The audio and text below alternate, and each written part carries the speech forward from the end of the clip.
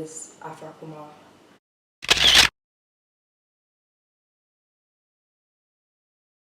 I am 20 years old.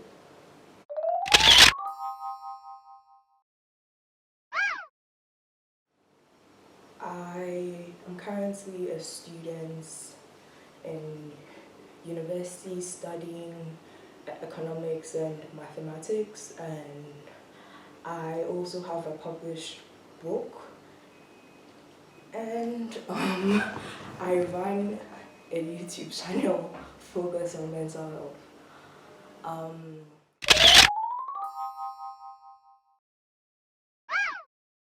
I am a person dealing with schizophrenia.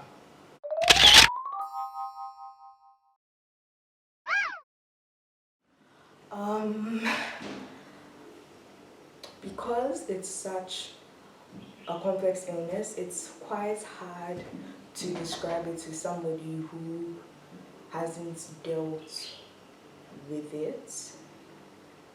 But for me, it's different for everybody, but for me it was basically having a lot of disorganized thoughts, and that's manifested in my speech. It was also dealing with hallucinations, and then also dealing with paranoid thoughts. So like, to a lay person, that would be like maybe being on like a very strong recreational drug, and like you're not anchored in your reality. You're like more of, you're like disoriented, and you're more susceptible to like hearing and seeing things that aren't there. So I guess, yeah.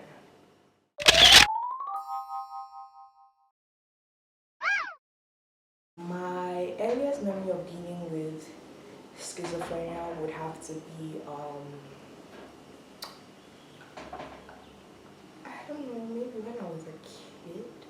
Like, I just assumed like I had a very overactive imagination, but it will probably be like maybe when I was like 6 or 7, if I'm being honest.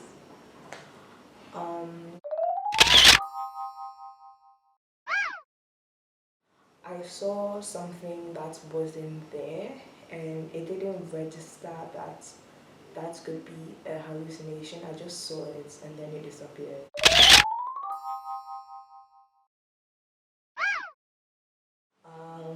I am not a very religious person, and for me, I think it's unfounded, and I think it's quite demeaning. Like, I don't think it makes sense, because for me, it's the way my brain is structured, and there's a chemical imbalance, so that's why I take medication, and I go to see my doctor and everything. And it's not a matter of like demons are possessing me or spirits are possessing me. It's a matter of this part of my body is sick, and I need to learn how to take care of it. And honestly, I always use this analogy. Like, if I had, like a chronic physical illness like type 1 diabetes, which, people can't see that you have type 1 diabetes, but people still respect that it's an illness, right? It's like,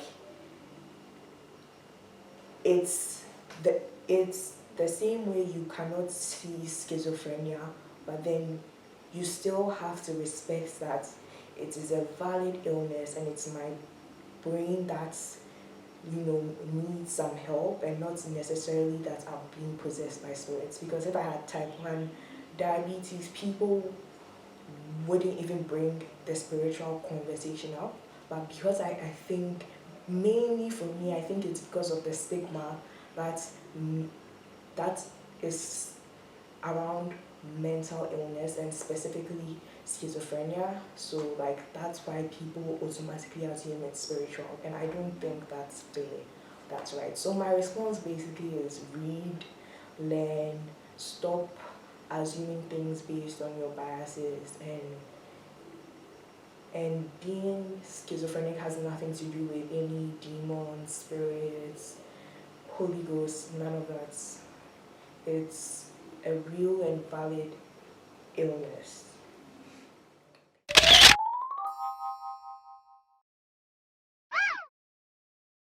Well, for me, my symptoms, which have completely, which have basically disappeared now, weren't really episodic. They were just over like a long period of time, so like maybe 5 to 6 years, right?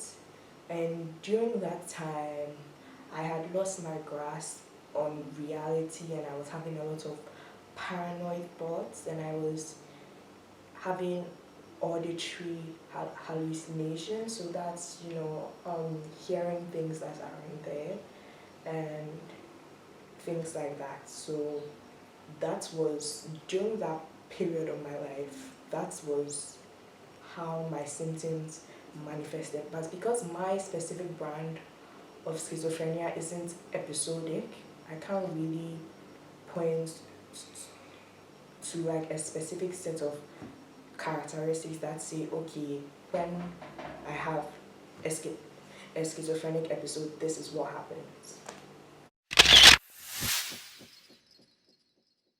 So I saw this analogy online where this person said that for them it was like hearing a radio in their head. That's only they could hear. And I feel like that's also that is something I could relate to.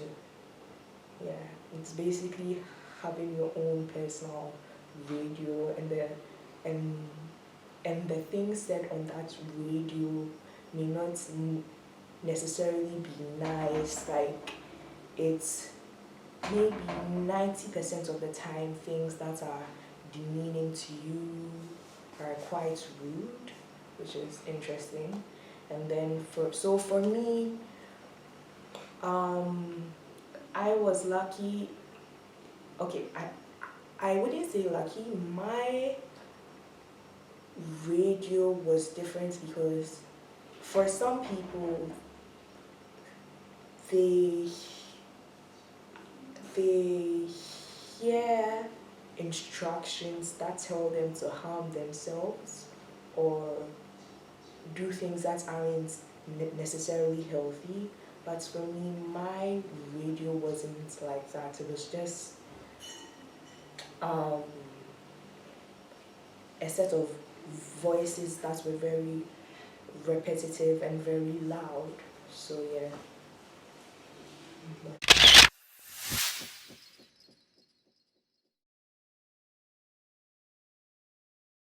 Well, for me, because I pride myself on being a logical person, which is very ironic.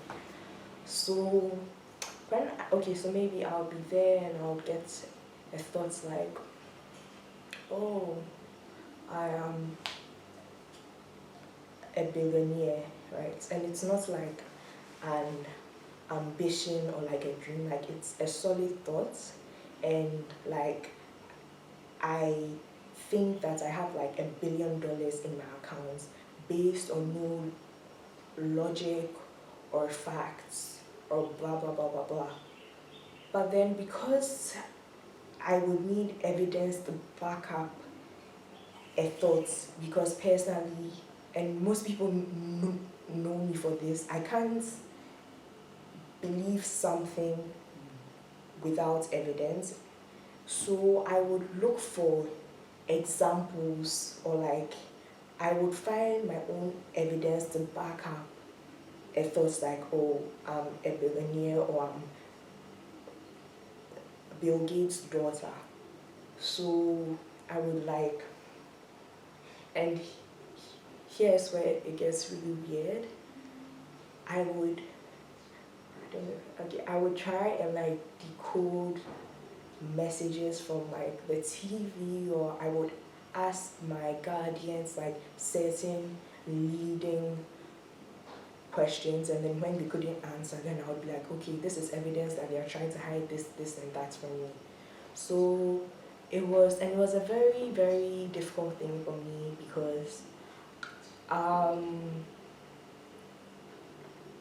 I was constantly trying to find evidence to back up my paranoid thoughts.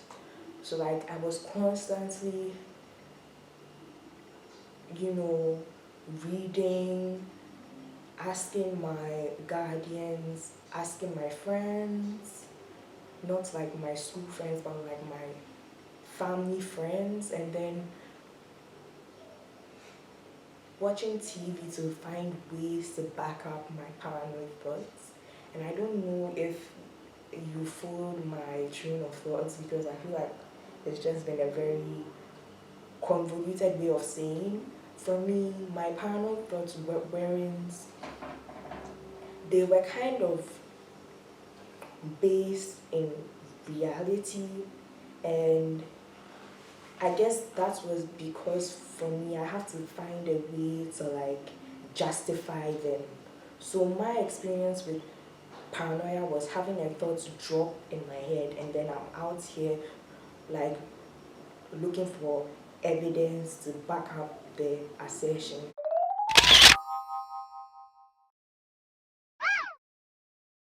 So I had a religious delusion, which most people who deal with schizophrenia have. There's actually this movie called Three Christs, so I thought I was Jesus, which is like blasphemous, and so that is very like illogical, right? Because when you think of it like as a rational human being, nobody can be Jesus. It's not logical. But because the thought was already implanted, and with paranoid thoughts, it's not something that you can brush away. Like once it's implanted in your head, it's like, I don't know, it's just not something you can use rationality to argue away.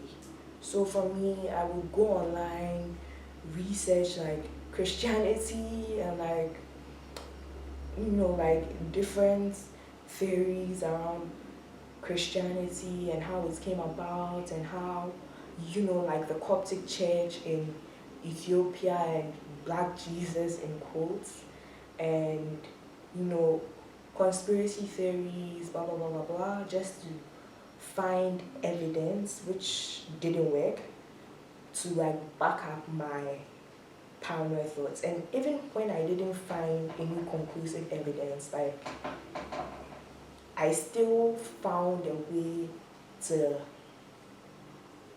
accept the thoughts. Like I don't know how.